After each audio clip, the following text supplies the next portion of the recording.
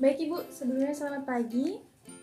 Dan perkenalkan, nama saya Nila Astria, saya adalah bidan yang berjaga pada pagi hari ini. Jadi Ibu, sebelumnya mohon maaf ya mengganggu waktunya. Hari ini saya akan memberikan pendidikan kesehatan terkait dengan cara perawatan bayi sehari-hari. Nah, apakah Ibu bersedia untuk meluangkan waktunya? Bersedia. Baik, kalau begitu sebelumnya saya ingin tanya Ibu, apakah Ibu sudah pernah membaca referensi atau mencari informasi terkait dengan bagaimana cara melakukan perawatan bayi sehari-hari Ibu? Belum ya, kalau begitu nanti saya jelaskan terkait dengan itu tadi, perawatan bayi sehari-hari, di mana pendidikan kesehatan ini bertujuan untuk supaya Ibu mengetahui dan memahami ya, bisa menerapkan bagaimana cara merawat bayi yang benar sesuai dengan standar operasional yang berlaku. Nah, baik Ibu, sebelum kita melanjutkan pembicaraan, kita cuci tangan terlebih dahulu ya Bu. Kita cuci tangan dalam langkah menggunakan cairan berbasis alkohol.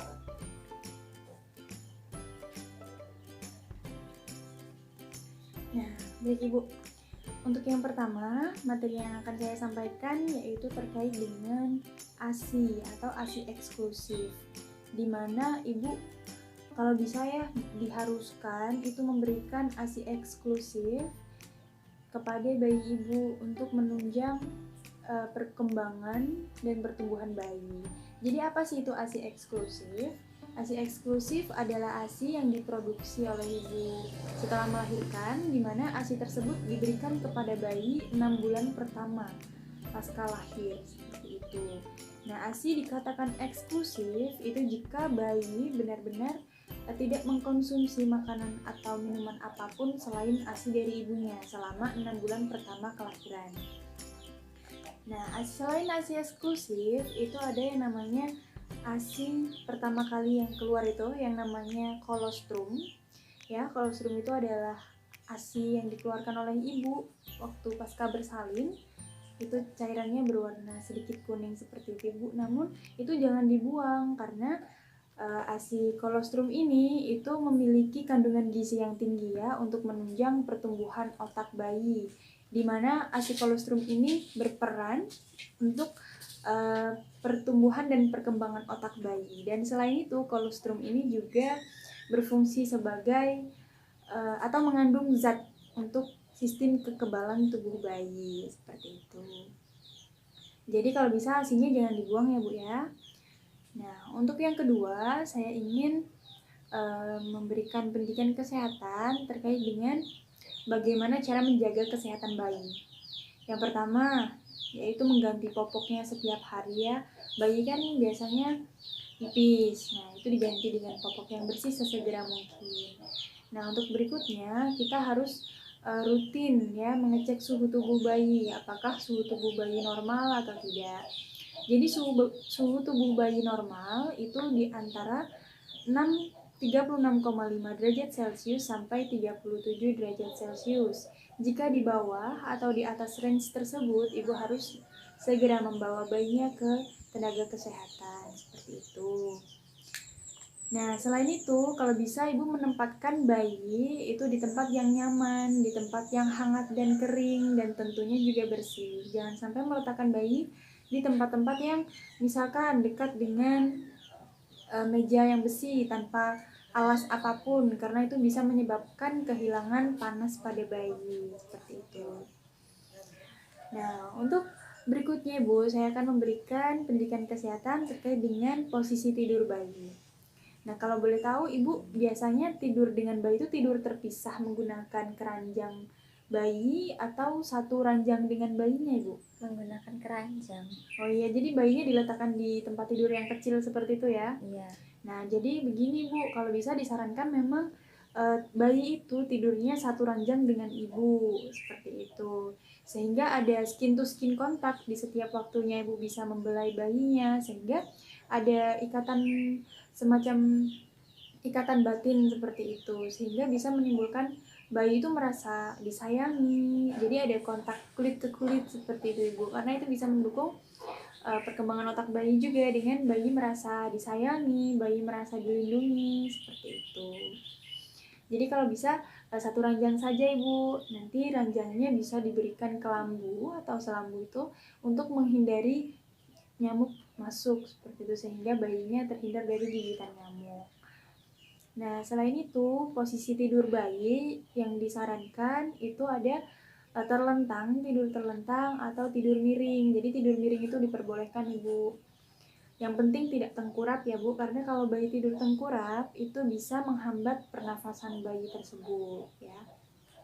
Nah, berikutnya ada perawatan tali pusat.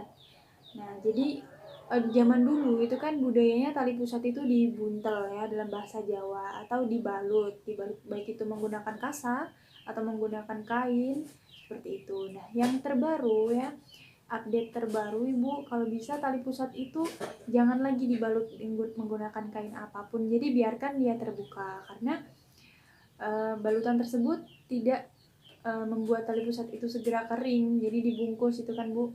Nah, itu lebih baik dilepas saja sekarang. Untuk perawatan tali pusat, itu yang pertama kita lakukan, Ibu bisa mencuci tangan terlebih dahulu. Sebelum menyentuh tali pusat, pastikan tangannya bersih. Yang kedua, biarkan tali pusatnya terbuka, tidak usah dibaluti dengan kain atau kasa apapun.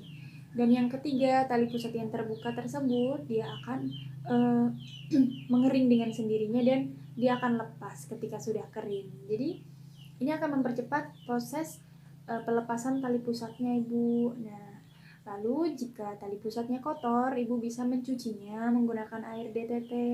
Nah, kalau misalkan tidak ada air DTT, Ibu bisa menggunakan sabun biasa. Nah, setelah dicuci, Ibu bisa mengelap menggunakan kain atau handuk yang halus dan bersih, seperti itu. Jangan menggunakan tisu ataupun kapas ya Bu, karena tisu dan kapas itu nanti sisanya akan menempel di permukaan tali pusat, dimana jadi kotor nanti ya. Nah, untuk berikutnya yaitu memperhatikan tanda-tanda infeksi. Nah, dimana tanda-tanda infeksi ini misalkan ada keluar nanah atau bau tidak sedap di sekitar tali pusat, itu Ibu harus segera membawa bayinya ke tenaga kesehatan untuk dilakukan pemeriksaan lebih lanjut. Nah, yang berikutnya, Ibu kalau boleh tahu di rumah ada termometer Bu? Enggak ya, nanti bisa beli termometer Bu. Jadi termometer itu ada dua, digital dan yang manual. Ya, saya sarankan Ibu beli yang digital tapi yang kecil itu loh. Kemungkinan harganya sekitar 13.000. Jadi Ibu bisa mengecek suhu bayi secara bertahap gitu. Setiap hari bisa dicek suhunya. Kalau misalkan dia demam atau dia suhu badannya terlalu rendah di bawah 36 derajat Celcius, Ibu bisa menghubungi tenaga kesehatan, sehingga kalau ada perubahan suhu pada tubuh bayi, Ibu bisa mengetahuinya dengan cepat seperti itu. Kadang kan takaran demam orang kan tidak tahu. Oh, dia demam, padahal suhunya hanya 37,5 derajat Celcius, di mana itu masih dianggap tidak demam seperti itu ya Bu ya. Nah, untuk yang berikutnya saya akan memberitahu bahaya-bahaya yang bisa saja terjadi kepada bayi, di mana Ibu harus siaga untuk membawa bayi tersebut ke tenaga kesehatan. Nah, tanda bahaya yang pertama yaitu bayi tidak mau minum contohnya. Lalu bayinya kejang-kejang. Lalu nafasnya bayi terlalu cepat atau terlalu lambat, itu Ibu harus menghubungi tenaga kesehatan. Lalu jika itu tadi suhu badannya tidak normal, hipotensi, suhu badan di bawah dari rata-rata, atau demam, suhu tubuhnya di atas 37,5 derajat Celcius. Nah, itu Ibu harus membawa ke tenaga kesehatan. Nah, selanjutnya misalkan ada keluar nanah dari mata atau sesuatu yang aneh yang tidak normal yang lain, Ibu harus segera membawa ke tenaga kesehatan seperti Ibu Elia. Baik, saya rasa itu saja penjelasannya terkait dengan perawatan bayi sehari-hari.